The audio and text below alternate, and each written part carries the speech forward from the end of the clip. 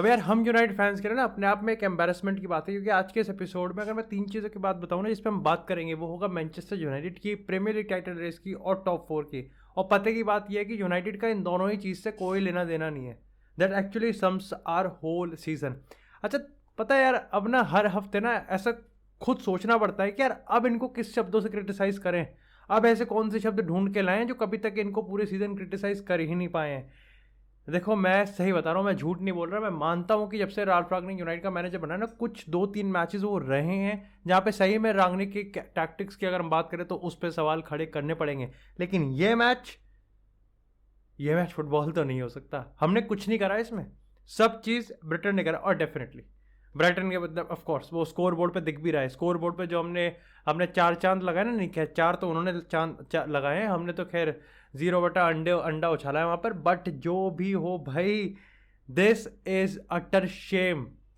अब मैं देखो आपको बताता हूँ, मैं ना लाइक मैं सोच रहा था कि यार इनकी कैसे बेइज्जती मारी जाए, ठीक है, और अपने आप की भी कैसे बेइज्जती मारी जाए, क्योंकि देखो हम सब एक परिवार है, टेढ़ा है पर मेरा है। बट देखो, 2 चैंट्स मैं आपको बता रहा हूँ। पहली चैंट थी जो कि 61st मिनट पे लगाई थी, वो थी यूनाइटेड के फैंस ने। और वो ये था कि यूनाइटेड के जो प्लेयर्स थे ना, वो ये शर्ट पहनना डिजर्व नहीं करते थे। और आज का मैच देख के सही बताऊं तो हर एक प्लेयर, अगेन डेविड दया को छोड़ के मैं कहूंगा कि हर एक वो आउटफील्ड प्लेयर वो शर्ट पहनना डिजर्व कहीं ना कहीं नहीं लग रहा था कि नहीं करते। भाई बहुत एफर्ट्स कम थे। आज रोनाल्डो का गेम भी बहुत, मतलब सही बताऊं तो पहले हाफ में मेरे को लगा ही नहीं कि रोनाल्डो लाइक उस गेम में बैठ ही नहीं पा रहा था। रोनाल्डो का वो होता है ना, जो एक प्लेयर की वाइब होती है, जो एक प्लेयर की वाइब होती है, गेम की वाइब में वो मैच होता है, वो इस पूरे मैच में कभी सेट ही नहीं हुआ। रोनाल्डो कभी इस गेम में एक्टिव होता हुआ दिखाई नहीं है। मैं सिर्फ रोनाल्डो की बात क्या करूं, इस गेम में कोई भी एक्टिव होता हुआ नहीं दिखा। अगर स्कॉट मैकटोमिनी की बात करें, Scott McTominay is actually so worse. भाई मैं उसके प्रोफेशनलिज्म को और उसके एथिक को और उसके कन्विक्शन को, कि वो कितना देना चाह रहा है, कितना 100% अपना देना चाह रहा है, उसके लिए भाई उस बंदे की दात है। लेकिन he can not start in a big club like Manchester United. वो स्टार्ट नहीं कर सकता, बिल्कुल भी वो कर ही नहीं सकता। और दूसरा चैंट आता है यहाँ पे ब्राइटन होवे अल्बानियन के फैंस से, जो कि ये कहते हैं कि तुम कितना ही गंदा खेल रहे होंगे अगर तुम ब्राइटन के होम पे एक्चुअली में हार रहे हो। अब ये मैं आपको इसलिए बताता हूँ क्योंकि लास्ट अगर हम इस पूरे सीजन की बात करें तो ब्राइटन सिर्फ और सिर्फ 3 गेम जीती है अपने होम पर। और अगर नए साल की हम बात करें तो 2022 में सिर्फ 1 गेम जीती है, और जो दूसरा गेम है वो हमने जितवा दिया। खैर ये तो कोई बात नहीं है, तो हमारा पूरे सीजन का खेल रहा है। This has been the story telling. और ब्राइटन ना लाइक हम शायद से एक मैच खेल सकते हैं, लेकिन ब्राइटन एक प्रॉपर फुटबॉल खेल रही थी। वो इंजॉय कर रहे थे अपना फुटबॉल। हम ना बस पासिंग कर रहे थे क्योंकि शायद से फुटबॉल में पासिंग करनी होती है। हम शूट ले रहे थे क्योंकि शायद से फुटबॉल में शूट भी ले लेना चाहिए होता है। जैसे हम सब्सटीट्यूट कर रहे थे क्योंकि शायद से रांगनिक को लगा कि चल यार कुछ हो तो है नहीं रहा, एक काम करते सब्सटीट्यूशन, कुछ तो पावर एक्सरसाइज की जाए। वो कॉन्फिडेंट थे, वो इंजॉय कर रहे थे, वो खुश थे, वो एग्रेसिव थे, वो एनर्जाइज थे। और कहीं ना कहीं भाई देखो पता चल रहा था कि उनको अपने फैंस को दिखाना है। उनको ये जो होम ग्राउंड का ये जो कर्ज लगा हुआ है ना कि हम जीत नहीं सकते, ये चीज़ उनको गलत प्रूफ करके दिखानी है। And they did it very very beautifully. हम तो भाई ठहरे नल्ले, भाई हम तो ठहरे नल्ले। अगर मेरे को प्रॉपर नहीं पता, लेकिन अगर स्टैट्स की बात बताऊं तो लास्ट 2 गेम्स में हमको मिनिमम 2 पॉइंट्स चाहिए। अगर हमको यूरोपा लीग या फिर यूरोपा कॉन्फ्रेंस लीग्स में से कुछ भी अगर खेलना है तो हमको मिनिमम 2 पॉइंट्स तो चाहिए ही चाहिए। और शायद से अब हमारे पास यहाँ पर सिर्फ एक गेम बचा है। अब देखो यार, कहीं ना कहीं हम खुद कंफ्यूज हो जाएंगे कि एक्चुअली में इसमें कितना ब्लेम राल्फ रागनिक को जाना चाहिए और कितना ब्लेम कहीं ना कहीं प्लेयर कैरेक्टर्स को जाना चाहिए।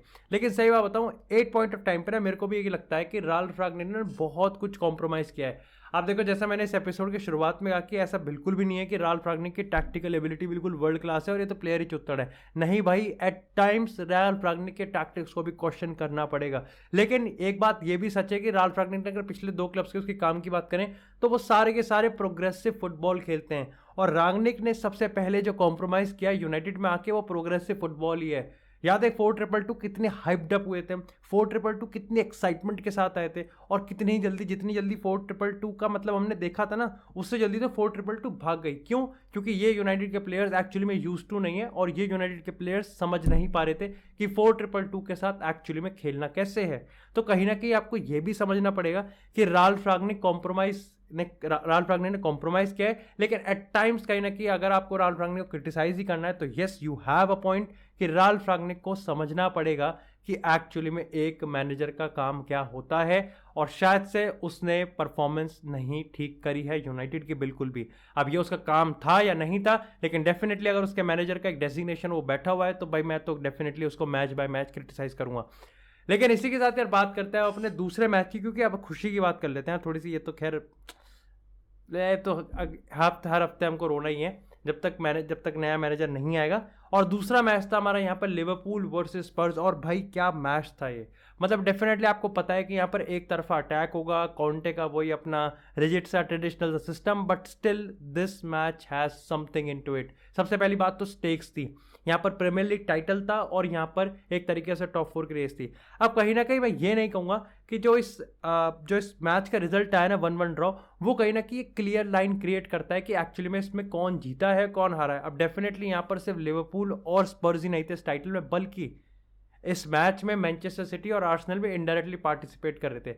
तो मैं तो कुल मिला के अगर मैं अपनी बात बताऊँ ना, तो मेरे दिमाग में इस मैच के रिजल्ट ने कंफ्यूजन क्रिएट कर दिया है कि मैं किस टीम के मोमेंटम पे, किस टीम की मेंटालिटी पे ज़्यादा बेट करूंगा कि वो यहाँ पर कहीं ना कहीं लाइन के पार जाएगी। अब डेफिनेटली फॉर एग्जांपल अगर हम प्रीमियर लीग टाइटल रेस की बात करें तो लिवरपूल ने यहाँ पर पॉइंट्स ड्रॉप किए हैं। इस पॉइंट ऑफ टाइम पे यहाँ पर लिवरपूल ने मैनचेस्टर सिटी से एक मैच ज़्यादा खेला है और पॉइंट्स टेबल में दोनों सेम है। यानी कि कल जब मैनचेस्टर सिटी मैच में उतरेगी तो उसके पास एक क्लियर अपॉर्चुनिटी होगी कि वो मैच जीते और 3 पॉइंट्स आगे जाए। लेकिन ऑफकोर्स मैनचेस्टर सिटी के साथ पिछले हफ्ते जो हुआ है, खैर उसको भुलाया नहीं जा सकता, और ये देखना पड़ेगा कि मैनचेस्टर सिटी के जो प्लेयर्स हैं उसको एटीट्यूड वाइज अगर हम बात करें या मेंटालिटी वाइज कितना अच्छे से उसको रिप्लाई करते हैं।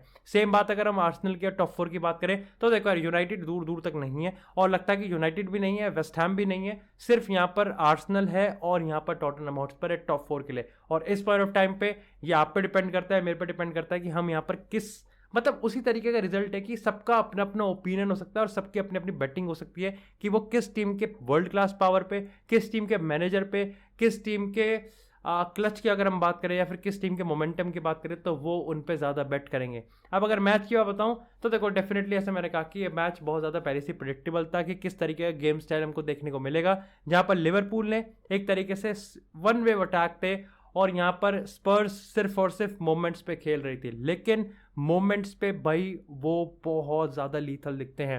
देखो मैं तुम्हें सही बात बताता हूँ, कोई मुझे ये कहेगा ना कि स्पर्स की टीम का सबसे बड़ा अटैक उनका काउंटर अटैक है या फिर उनका जो थ्रेट है वो उनका काउंटर अटैक है, नहीं, सबसे बड़ा थ्रेट है उनका एफिशिएंसी ऑफ मोमेंट। वो बहुत बड़ी चीज़ है। देखो काउंटर अटैक तो शायद से आप कहो कि किसी मैच में 2 मिल सकते हैं, किसी मैच में 3 मिल सकते हैं, लेकिन इस मैच को देख के प्रॉपर पता चल रहा था कि एंटोनियो कॉन्टे को एक परफेक्ट मोमेंट की ज़रूरत है जहां पर वो इनको लिवरपूल को हर्ट कर सकते हैं। अब देखो काफ़ी लोग कहेंगे कि स्पर्स ने गोल स्कोर करने के बाद ना बिल्कुल पाक दबस कर दी थी। भाई गोल स्कोर करने से पहले भी पाक दबसी थी। इट्स जस्ट कि स्पर्स को पता है कि उनके पास ज़्यादा मोमेंट्स नहीं होंगे, जितने भी मोमेंट्स होंगे उनको 100% एफिशिएंसी के साथ क्रिएट करना पड़ेगा। End of course Harry Kane और यहाँ पर सेसेगन की मैं बात करूँ तो मेरे को उसका गेम अच्छा नहीं लगा, बट उस पॉइंट ऑफ टाइम पे बहुत बढ़िया खेला एंड सोनाल्डो ने वो गोल स्कोर किया। लिवरपूल जिस तरीके से प्रेस कर रही थी, लिवरपूल जिस तरीके से अटैक कर रही थी, साफ पता चल रहा था कि देखो सबका ओपिनियन होगा कि Liverpool had to score, Liverpool deserves the goal, लेकिन जिस तरीके से गोल मारा वो कहीं ना कहीं हम कह सकते हैं कि हार्श है स्पर्स की इस मेंटालिटी पे। लेकिन of course Spurs doing Spurs thing. अब देखो यार ये चीज़ माननी पड़ेगी कि भाई लुइस डियास एक अलग ही ब्रीड है भाई, वो आउटशाइन कर रहा है हर एक प्लेयर को। मोहम्मद साला को भी आउटशाइन कर रहा है। मैं एक बार कुछ ऐसे साला को नहीं देखूंगा लिवरपूल के उस टीम में, लेकिन Luis Diaz he is definitely going to be in front of everyone. ये मैं सिर्फ इसलिए नहीं कह रहा क्योंकि वो रिसेंटली लाइमलाइट ले रहा है, लेकिन भाई वो क्रिएट कर रहा है, वो इस टीम को एक अलग डायमेंशन में लेके जाता है, एक अलग आइडेंटिटी देता है। अब ये बिल्कुल भी नो डिसरिस्पेक्ट टू मोहम्मद साला, बट स्टिल मेरे को लगता है कि आप में से काफ़ी लोग मेरी इस बात से एग्री करेंगे कि यहाँ पर लुइस डियास इस टीम के लिए बहुत ज़्यादा इंपॉर्टेंट है। और ये बताता है कि भाई लिवरपूल ने कितनी बड़ी डील कंप्लीट करी है और वहीं स्पर्स ने कितना बड़ा जो सोना है, जो हीरा है, वो कहीं ना कहीं उनके हाथ से निकल चुका है। बाकी यही था यार मेरी तरफ से इन दोनों मैचेस का रिव्यू। आई थिंक पहले वाले में तो खैर क्या ही बताएं, पहले वाले में तो बस एक तरफा like it was a pure embarrassment.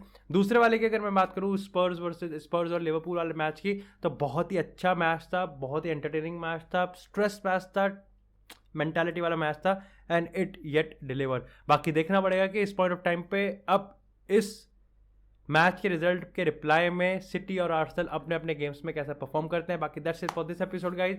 I hope आपकी एपिसोड पसंद आया। एपिसोड को लाइक करें, चैनल को सब्सक्राइब करें। आपको इसी तरह फुटबॉल से रिलेटेड एक्सक्लूसिव कंटेंट चैनल पर मिलता रहेगा। तब तक के लिए stay tuned, stay safe, and I will see you in the next episode.